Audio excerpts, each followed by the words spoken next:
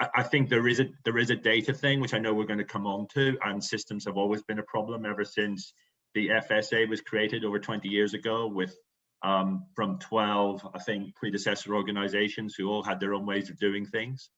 We talk a lot about silos. I think another way of looking at it is a sort of a group of islands, like an archipelago, and some of them have, motorway bridges between them. Some have ferries. Sometimes you need to swim across. Some of them are big, some of them are tiny. But actually making them work together in combination, linking them up, the bridges between are the really key thing in how well it works. Common data standards is something PJ has been talking about for at least 10 years. So I felt like it was really important that having common data standards is now a policy. Disruptive or new technologies and new businesses fit within the perimeter of the regulation. Just because it's new doesn't mean that it isn't covered by one of the old school rules. If we've had so much trouble managing online fraud in the, as what she was calling a financial crime in the UK, imagine how difficult it is going to be as these influencers and bloggers continue to grow online. RegCast. Welcome to RegCast, where we shine a light on banking digitization. Hello, I'm PJ DiGianmarino, CEO and founder of JWG, and I'm pleased to welcome you to our next edition of RegCast. Welcome back to everyone who's found us before, and welcome to those of you who find us for the first time. What we do in this show is shine a light on the key pain points for the financial services sector as we digitize. We look at the regulators, the regulated, and the tech firms, and what does it all mean to come up with to meet the challenges of this decade's transformation. Up today on the 2nd of March, we're looking at the impact of GameStop, but along with the rest of the regulatory framework that's also in play. There's an amazing confluence of looking at what has been happening with the digital regulatory system dialogue and GameStop. And in the last episode, we talked a bit about this. And we came up with the critical decisions that the UK really faces now about its regulatory framework and how the precise data and standards really need to get written and allow the system to be overseen in a more digital and agile way. And there's been an awful lot going on this month. Walking backwards, the debate seems to have morphed into the UK financial services regulatory system as we've had testimony from the new CEO and chair of the FCA at the Treasury Select Committee yesterday. We've had the appointment of 3 new heads of the FCA last week, and the Bank of England has unveiled its new data collection strategy and transformation plan. All while a new report on the fintech policy was just issued, something called the Khalifa report. And last week, the FCA put out a rather poor report card on product governance, just as we had a press release about Neil Woodford's potential return to the sector. But while at the week before that, we had the European Parliament and the head of ESMA and the Econ Committee that set all the policies for Europe, talking about GameStop. Of course, the week before that, we had the US doing pretty much the same thing. So there's a lot going on right now, and I'm really, really pleased to have these experts around the table again. Rachel, senior editor from Thomson Reuters, hello. Hi. Welcome. Thank you for coming back. Sam Tyfield, partner at Shoesmiths. Hello. Thanks. Hi all. And last but not least, Gavin, former regulator and senior consultant at Grant Thornton. Hi there. Thank you. So in this episode, what we're shining our spotlight on is really risk dashboards. There was a lot of talk about it yesterday at the Treasury Select Committee. I know everyone's itching to get into that conversation about what they mean, but essentially for me, it comes down to, are they deep enough, broad enough, and fast enough to keep up with the new digital framework that everyone wants to put on the regulatory system?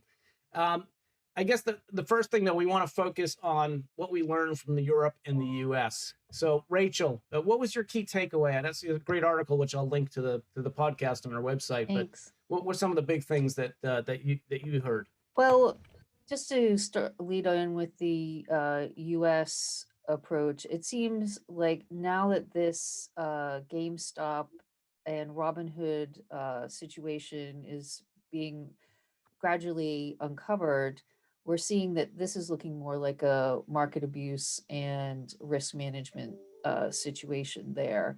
And I think it's going to take a long time to uncover what actually happened. My big takeaway from the testimony so far was at the U.S. was that Robinhood had a problem funding its trading activities, and that's why they had to stop. And I think apart from that, we didn't really learn that much.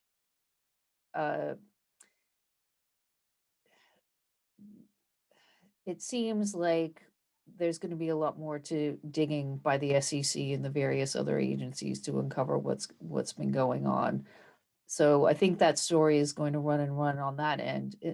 In the EU front, what the Econ Committee concentrated on when they were questioning Stephen Mayor from ESMA and Ugo Bassi from the Commission was kind of 4 different topics. One was the payment for order flow. One was short selling. One was market integrity in terms of price formation. And they were also just worried about and this links back to the payment for order flow, the business models of what they're calling the neo brokers. They're wondering how they make money if they're not charging customers for trades, which links back to the payment for order flow, which Sam, I'm sure, will be telling you all about. The ESMA came back and said, ESMA and the Commission came back and said, well, our dashboards tell us that we have very few stocks that are shorted here in the EU, so we're not going to have a big short selling fiasco like we did in the States. Their CCPs were holding up, and they, on the inducements front, especially Mayor, was confident that the MiFID rules around best X, inducements, and conflicts of interest should cover the the PFOF issue, payment for order flow issue. However, he did admit that these rules have been implemented differently across the EU, and they needed to check and make sure. I mean, it left a big question mark of if not PFOF, then how are these people keeping the lights on? I think that's going to be, and I guess that's really important in light of Brexit. And Sam, let's get your view here, because PFOF isn't something that we've really adopted in the UK. What do you think this all means? I have to this comes with a health warning that I have very specific views about payment for order flow. The first point is that the FCA has been very hot on what it is calling payment for order flow. mm-hmm. But that is different from the US payment for order flow situation. So in the US, payment for order flow is a retail broker bundles a bunch of retail orders, which it sends to a market maker for execution in the most appropriate manner. And the market maker pays it for that flow. In the UK, the FCA is focused on the wholesale market more than the retail market, where essentially it boils down to the same thing, that the broker is charging both the wholesale client who asks it for an execution and the market maker to which it sends the order for execution. those are not the same thing, and we need to be careful. I think we should be careful to separate out the two issues completely. I've banged on about the separation between wholesale and retail for long enough, so I won't do that again. The other point is that none of the participants in the financial services trading market, trading cycle are a public good. We all have to make a living. So if retail punters are expecting to receive brokerage services for free, seriously, are they expecting that this is actually a service that is being provided to them for free? Somebody has to keep the lights on somehow. Mm-hmm. And to criticize a broker who can't charge retail clients, and I say can't deliberately because there is market pressure and client pressure on brokerage rate cards to push them down and down and down and down and down. Eventually, it becomes uneconomic.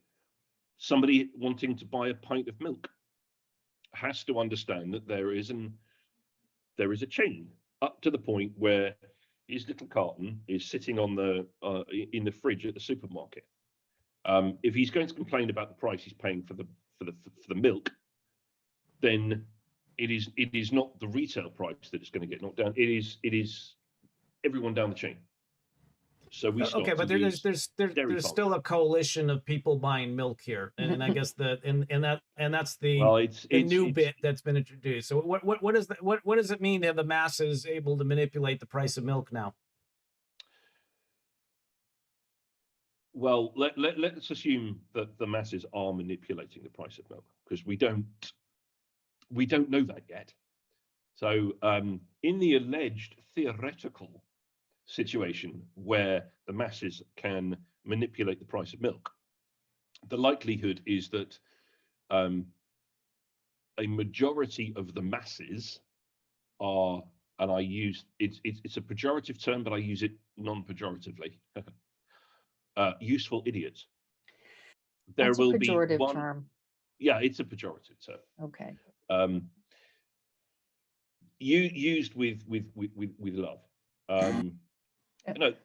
In most mobs, there are one or two, no more than a handful of people controlling the mob. The rest go along with it. And that is I theoretically, allegedly, no, hypothetically, there is no reason why the masses wanting their milk or wanting physical silver are any different here. All right. Well, okay. So we're on a perfect analogy here, because I must remind you, we're talking about a roaring kitty in the U.S. So we have milk, we have a kitty, and we have manipulation. Gavin, in the silver former tea regulator, what's your perspective on this, and what's happening to the risk dashboards? Sounded a bit like we were back to the French Revolution there for a minute. So I think risk dashboards largely, largely kind of look the same irrespective of the situation. What changes is the acuteness of the different types of risk. So when we're talking about GameStop, I think as a regulator, you're looking at things like conflict of interest, you're looking at inducements, you're looking at transparency. Those are things that are kind of ever present in most kind of financial services that we ever talk about, and it's how well they're managed and how big a deal they are in particular situations. I think the interesting GameStop stuff, which partly comes out in the article Rachel wrote, I think Matt Smith brought it up, is kind of where you have a kind of collective herd mentality at the retail end. It's Sam's mob, if you like, and what that really means. So we've not really seen that in the UK before. It's clearly happened in the US. Working assumption at some point it will get to us. I don't think our regulation is set up for that. I think the influencer's role in the US is quite interesting as well. I don't know where that fits in MiFID. I don't know either. Someone else might tell me, but so I think there are definitely things to look at, but I think that the kind of the universe of risks isn't really that different. It's kind of how red they're showing. The influencer thing is an interesting one, because there are carve-outs from the regulated activity of giving advice if you publish a general article that's not aimed at anyone specific. It is just your views. But people have been fined and gone to prison for that back in the day, even under the old rules. But it wasn't designed for people with 4 million followers on Instagram. No, but if you have a column in the Daily Mirror or the Daily Mail, whichever one it was, that's an influence. That is a circulation. Okay. That is a following, and the classic pump and dump scheme that they were, I can say they were running because they were convicted of it. So it is what potentially we have to do as an industry, and the regulators have to get their mind around, is applying old school rules to new paradigms. And more often than not, or actually more often than one expects, applying old school rules to new paradigms actually produces the right result. I think so that's. Sorry. Sorry, guys. It does produce the right result, but I want to take us on to the Treasury Select Committee hearing, because this is what we're all dying to get into. Do we have the tools to do it? You can get the data, but if you don't have the tooling to look at the data, and you don't have the staff trained to have the right decisions made, you may not be able to oversee a digital system. So, well, Rachel, that's a different discussion, though, isn't it? Because having the systems is different from having the human capital. But it's a guns versus butter. I can throw all the people at it, or I can throw all the tech at it. But I've got to have some balance of both in my system here to control risk. Rachel, what's your perspective on what you heard from the Treasury Select Committee? What yesterday? What are some of the key takeaways? Well, I thought one of the key takeaways is that the FCA has a lot of heavy lifting to do. Just in terms of the GameStop question, it came up briefly, and they acknowledged that they're not really focused on what these kind of investors that they characterize as younger are up to. Nikhil Rathi mentioned that they were much more focused on what older investors were doing, and as Gavin was saying before, these tend to the people who've more traditionally actually done investing, and that usually, if we accept that the people who are involved in kind of GameStop like trading were more youthful, that this would be a relatively new phenomenon in that sense. But in terms of the topic of dashboards that you were led in with, what we've found out is that this is something that the FCA is really struggling with. They're struggling to get a single view of a firm on a dashboard. Rathi mentioned that they have a manual intervention for this at the moment. And for manual, I usually read spreadsheet or PDF file. So I'm kind of imagining it as a big kind of shared document on the kind of FCA teams where you can go in and look at something. I mean, I could be, that's just my impression of it. So they're having a hard time figuring out what's happening at any given firm at any given time, which is not a surprise, given that they are looking at so many firms, and they've had problems that I outlined in a previous podcast in terms of keeping track of them on their online portal. and whatnot. Yeah. Part of that, I think, is the number of issues with which the FCA is either tasked to deal or feels it needs to deal with. And I've screamed into the void a number of times about the number of consultations that are out there at the moment, the number of reviews that all cross over very slightly, some of which are complementary, some of which are contradictory, all of which have different timescales, and all of which affect different bits of the handbook.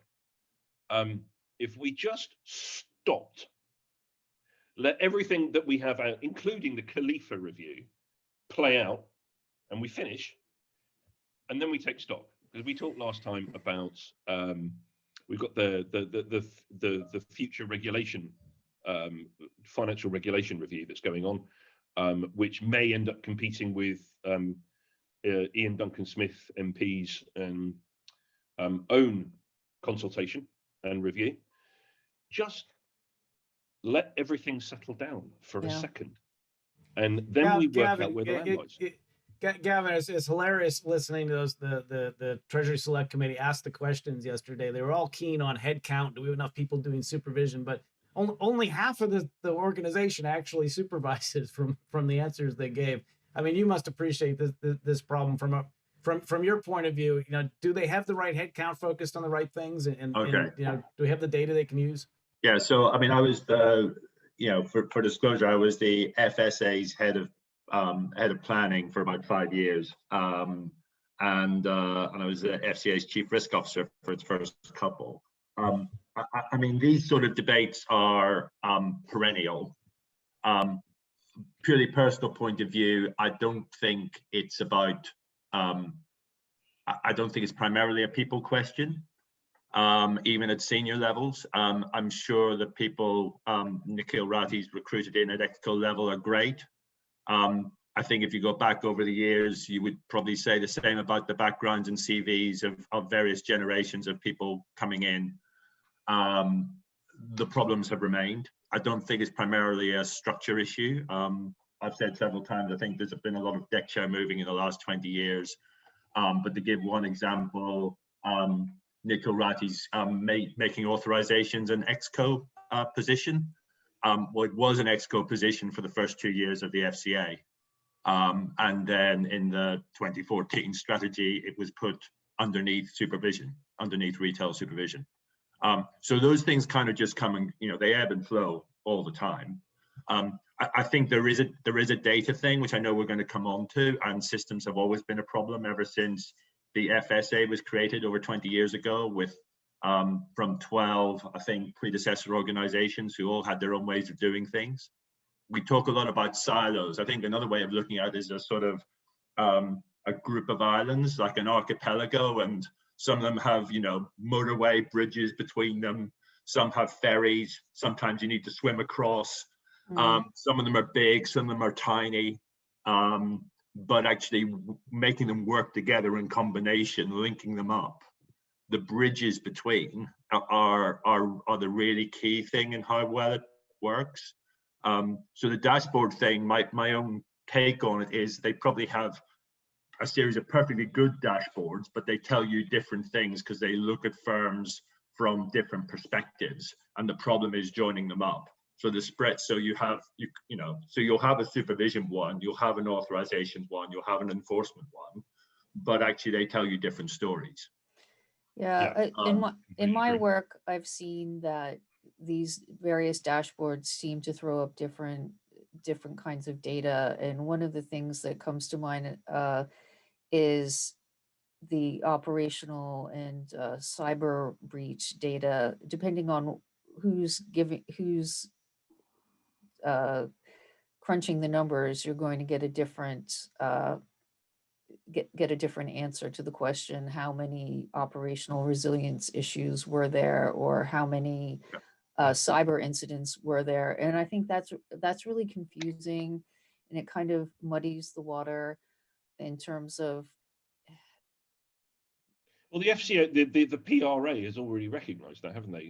In their review and report last week or the week before, Yeah. When they were talking about the quality of the data that they received, it essentially boiled down to, if a regulator asks a question, there are 6, 7, 8 ways of interpreting what it is the regulator is asking you. People will have different definitions internally within the firms of what overall lending exposure will be. And the PRA has recognized that there is an issue within the firms it supervises, that it has to consider how it asks the question. So the corollary, Rachel, is exactly what you just said, which is, well, then they should recognize that there is an internal issue about who is analyzing the data, who is asking the question. That all has to be organized in a better way. Yeah, what a great time to have a data collection transformation roadmap appear. It was great to see the Bank of England come out with that. I guess, Rachel, you've been tracking the data collection problem almost as long as I have. What's your view on how that whole effort's going? Well, I read the paper yesterday, and I think I mentioned to you, PJ, that it read like a DiGiamarino greatest hits list. It all sounded eerily familiar. And when I wrote it up today, it went out. I mentioned that this is something that common data standards is something PJ has been talking about for at least 10 years. So I felt like it was really important that having common data standards is now a policy, and it will hopefully go a long way to address a lot of the issues that have been raised, and will maybe in the long run help save some money. For example, when Andrew Bailey appeared before the TSC, he mentioned that they had spent £230 million on tech projects at the FCA. And what we learned yesterday was, I'm not really sure where all that money went, because when Dame Elizabeth goes to ask the FCA for some information, one of the most embarrassing things that happened yesterday was for Charles Randall having to really acknowledge how difficult that process was, pulling out data, finding it. It just seems to be that, to Gavin's comparison with the archipelago, not all the data is flowing around in a way that's useful or even discoverable at the FCA. And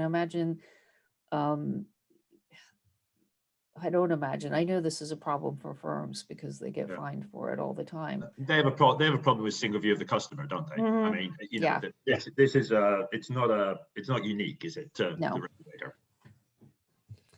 And guys, we've got to move to our summary question. It's amazing how quickly this all runs. But I guess Gavin, I'd like to start with you in terms of what's your one big so what out of all this. We've had roaring kitties, milk prices, common data standards, operational excellence. What does it all mean for risk managers and what they have on their dashboards? So I think the biggest thing, and I think this applies to firms as well as regulators, is where do we strike the balance between competition, risk, innovation, choice on the one hand, and consumer protection on the other. It came up a lot yesterday. It came up a lot in the GameStop hearings. Sam will go on about the wholesale retail split. Nick O'Reilly went on about you could self-certify as a sophisticated investor with a kind of 250K threshold. In other countries, it was 2.5 million, but at the same time, we had higher standards of consumer protection that we expected. And for me, the two have just become too contradictory. So I think firms, regulators need to work out where they actually sit on that spectrum. Thanks for that, Sam.